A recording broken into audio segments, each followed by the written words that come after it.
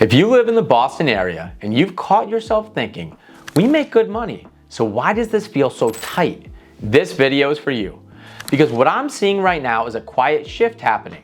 Not because people don't love Boston, they do, but because the math, the pressure, and the long-term trade-offs are starting to feel heavier, especially for people who are doing everything right. Today, I'm breaking down Boston versus the Hartford Metro Area. And this is not a Boston is bad video. This is a what stage of life are you in and what actually matters to you conversation. We're going to talk about the fear Boston buyers rarely say out loud, the moment when making it work turns into, is this actually smart? And what daily life actually feels like in each place. For context, I live and work in the Hartford suburbs, and I help people relocating from Boston, Cambridge, Somerville, Newton, and the surrounding suburbs all the time. And almost every one of them starts with the same sentence.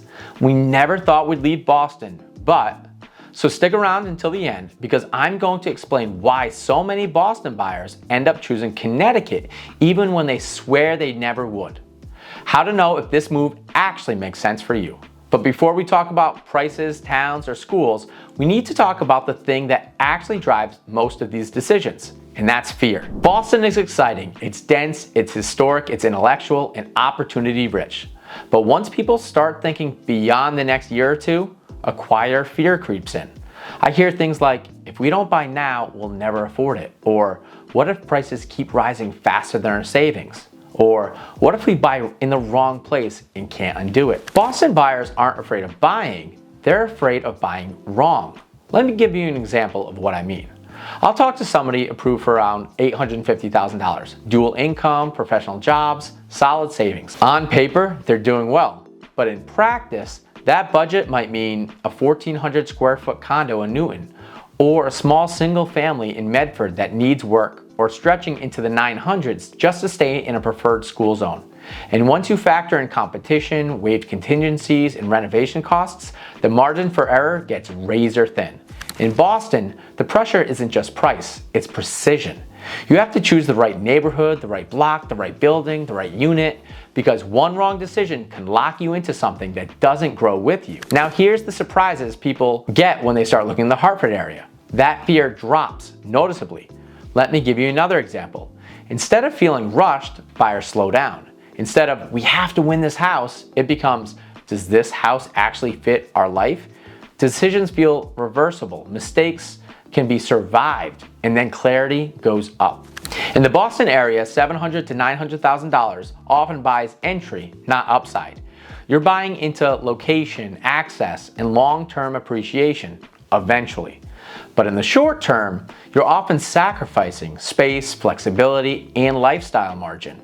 In the Hartford Metro Area, that same budget can look very different. As an example, that budget might buy a 3,000 square foot home in Glastonbury with a yard and a home office, or a renovated colonial in West Hartford near the center in quiet neighborhoods, or a newer home in Avon or Simsbury with land, storage, and room to grow.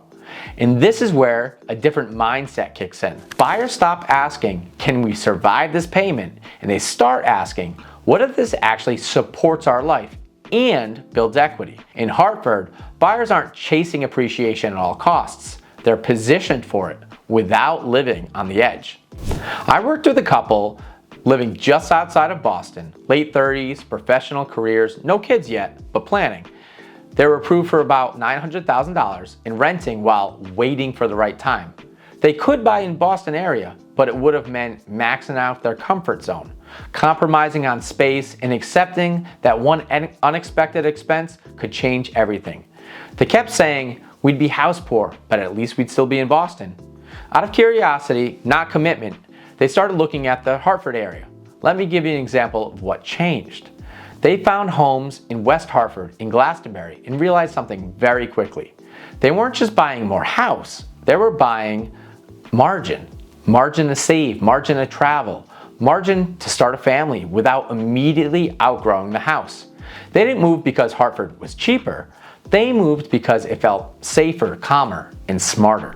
Quick note, If you're watching this because you're actively exploring options outside of Boston, I've put together realistic town-by-town resources on the Hartford area below. These break down commute patterns, school districts, and what daily life actually looks like in each town. Or drop a comment. I'm happy to point you in the right direction. Now let's talk lifestyle, because this is where the decision becomes very personal. Boston and the Hartford area attract a similar type of person. Educated, career-driven, family-oriented, long-term planners. The difference isn't ambition, it's where that ambition starts to clash with daily life. Boston, city block life. Boston's built vertically. Your life happens on blocks, apartment to street to transit to office, repeat. You gain walkability, culture, diversity, and energy. But let me give you an example of the trade-off.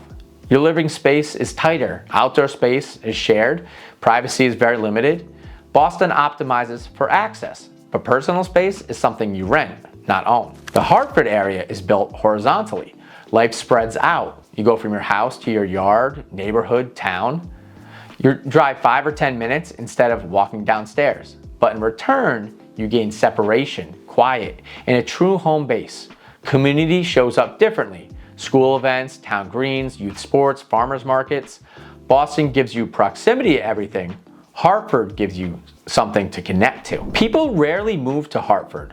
They move to the Hartford area towns.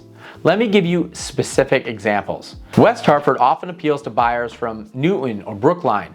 You get walkable center, strong public schools, and neighborhoods that feel well established without Boston-level congestion. Glastonbury might feel similar to Wellesley or Needham. Larger lots, consistently strong schools, townwide events, homes that don't need to get renegotiated every few years. Avon and Simsbury compared to Lexington or Concord, outdoor space, trails, intentional. Wethersfield, it surprises people. Historic homes, walkable village feel, strong community, often at a lower price. These aren't downgrades, they're lateral moves with leverage. This difference becomes even clearer once families or future families enter the picture. In the Boston area, great schools absolutely exist, but access to them is competitive, expensive, and often stressful. Let me give you an example of what I mean. Families in and around Boston are constantly thinking 2 or 3 moves ahead, not because they want to, but because they have to. They're asking questions like, are we in the right elementary zone? What happens when middle school comes? Do we need to budget for private school as a backup? And for many families, that backup plan costs $30,000, $40,000, or $50,000 a year per kid. Now contrast that with many Hartford area towns. Let me give you an example. In West Hartford, the public school district consistently ranks among the top districts in the state and is regularly placed on nationwide lists. Hall and Conard High School are frequently ranked among the strongest public high schools in the region. In Glastonbury, families aren't trying to land in one good pocket. Strong schools are the expectation across the entire town, elementary through high school, which removes a huge amount of long-term anxiety. The same is the case in Simsbury, Farmington, and Avon, all of which typically rank in the top 10 to 15% of schools statewide. Let me give you an example of how this changes behavior. Instead of asking, can we make this work for a few years, families start asking, can this house support us for the next 10 or 15? That shift matters. People aren't just buying a house, they're buying predictability. They're buying fewer forced moves, fewer backup plans. And for many Boston buyers, that's the moment the Hartford area stops feeling like a compromise and starts feeling like the best option. One of the biggest misconceptions I hear is that moving to Connecticut means giving up Boston entirely. It doesn't. From towns like West Hartford or Glastonbury, you're roughly 2 hours door to door to Boston under normal conditions. That means weekend trips, family visits, concerts, games, or events, even the occasional in-office days for hybrid roles are still completely doable. But here's the key distinction. You're no longer paying Boston prices every single day. Let me make this concrete. Instead of Boston housing costs, Boston parking costs, Boston childcare costs, Boston daily friction, you're choosing to visit Boston intentionally, not live inside its costs structure. This is especially powerful for remote professionals, hybrid workers, commuting once or twice a week, and people whose careers are Boston-based but no longer Boston-dependent. You're decoupling your income potential from your daily cost of living. And for many buyers, that's a huge lifestyle upgrade. Now, this move isn't for everyone, and that's important to say out loud. If your identity is deeply tied to walkability, public transportation, nightlife, constant energy, and density, Boston still makes a lot of sense. If you love stepping outside and having the city happen to you, Hartford area living will feel quieter, maybe too quiet. But let me give you the other side. If you're at a stage of life where you're craving space that doesn't feel temporary, or schools you don't have to fight to access, financial breathing room, and a home that feels like a reset, not another obligation, then the Hartford Metro Area starts to feel like the best option. In Boston, success often looks like, can we finally afford to stay? In many Hartford area towns, success looks like, we can afford to live and plan. Plan for kids, plan for savings, plan for flexibility, plan for change. This isn't about leaving Boston because something went wrong. Most people I work with leave because things went right. They built careers, they built income, and now they want a lifestyle that reflects that success instead of constantly testing it. This move isn't about trading energy for boredom, it's about trading pressure for sustainability. If you made it this far, you're probably not just watching, you're thinking. People don't leave Boston because they're unhappy. They leave because they're successful, and they want their lifestyle to reflect that success.